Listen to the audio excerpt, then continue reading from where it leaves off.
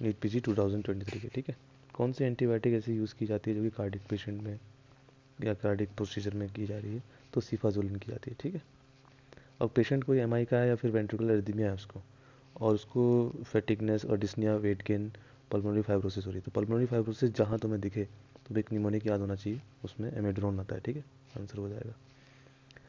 और next question है, अगर कोई पेशेंट डिजॉक्सिन पे है, उसको side effect nausea, vomiting, serum concentration उसका इतना दे रखा है 4 नैनोग्राम पर एमएल,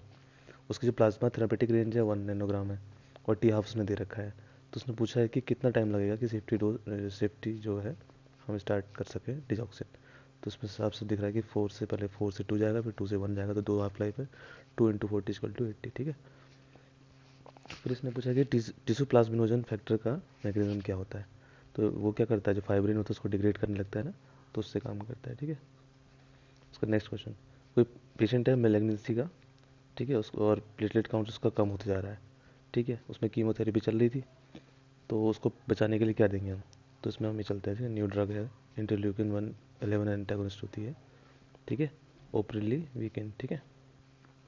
नेक्स्ट क्वेश्चन, कौन सी ड्रग जो है कि कॉन्ट्राइंडिकेटेड है अस्थमा पेशेंट में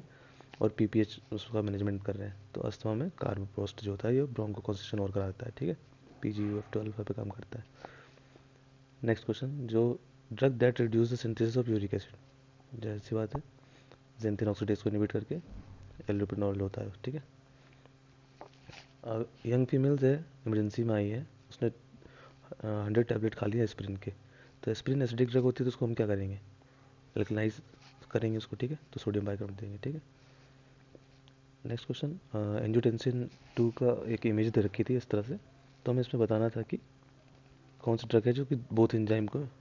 जिसमें इनहिबिट करती है, तो इसमें आता है ये ओमापिट्रिलैट, ठीक है। Next question, a patient was started on dialysis, उसके बाद उसको डेवलप हो गया डिसइक्विलिब्रियम, तो कौन सी ड्रग हम यहाँ पे स्टार्ट करेंगे, तो डायलिसिस जब ज़्यादा हम करने लगते हैं तो उसमें क्या होता है, सेरिब्रल एडिमा वगैरह होने लगता है, तो हम मैनेटोल चलाते हैं, ठीक है, ड्रग ऑफ चॉइस होती है।